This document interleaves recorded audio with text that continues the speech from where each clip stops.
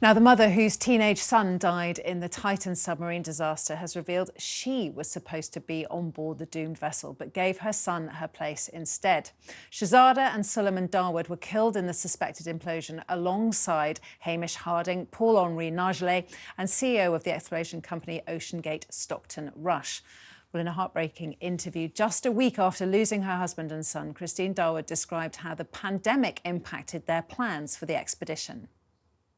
We wanted to go the first time, that was before COVID, but Suleman wouldn't even go down there, and he was so disappointed. He's like, because they only allowed 18 plus. So, and he's like, but I want to go, and why am I not old enough? And so he was quite, but then we had to obviously postpone it because of COVID, and then he was, so it was supposed to be Shahzada and I going down, but then I stepped back and gave the space to Suleman because he really wanted to go.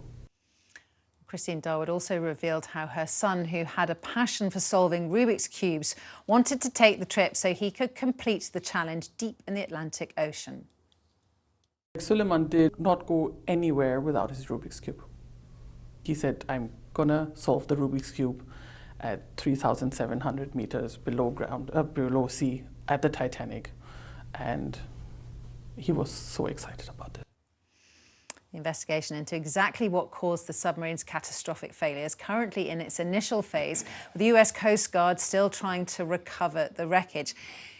It feels so invasive in some way to hear from this woman that has suffered so much. And clearly, nobody has forced her to do this interview. She obviously wanted to do this interview, but she was in so many millions of people's minds over those awful few days when we didn't know what was happening. Everybody was thinking, there is a father and a son down there. What is the mother, the wife, going through at the moment? So now to hear from her, it's somehow almost surreal to hear her talking about them. And I was thinking about it today and all the years of being a journalist, and it is strange that when these awful cases happen, often the families are surprisingly willing to talk in the initial aftermath. They're sort of in shock. They obviously can't think about anything else. And there is this desire to talk about what's happened to you, to anybody who will listen. And I just hope that somebody's looking after her properly. But she also had a story to clear up, because there was an auntie last week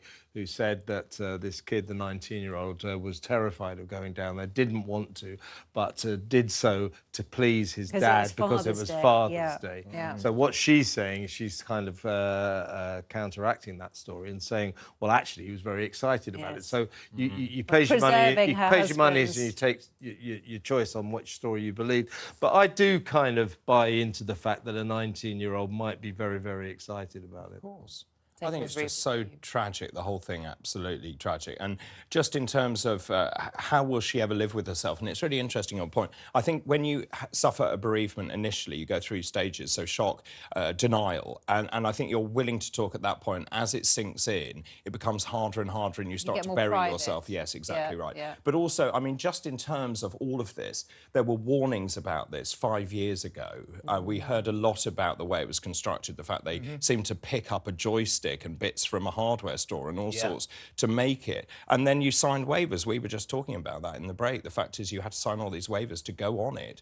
By its very definition, it was intrinsically dangerous. I don't see the point, though, of all this, well, let's bring in regulations. This is the end of Titanic tourism. I mean, you know, about 4 people a year went down. Exactly. I mean, and they've got £200,000. I don't see why you would particularly only the billionaires can kind of afford it. You don't need regulations for absolutely everything. I wish there was more regulations on other people who are making passages across the sea, who are doing it not by choice. You know, we spoke about the migrant ship, the refugee ship that sank a couple of weeks ago.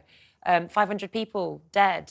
And they're going to be spending so much money on recovering this vessel. Presumably that carries its own risks as well. Isn't it just better to kind of leave it be? I think they are. I'm not sure they are recovering it. I think they've decided not to. Have they? Because it's too expensive. So they're leaving the Titan down with the mothership, as it were.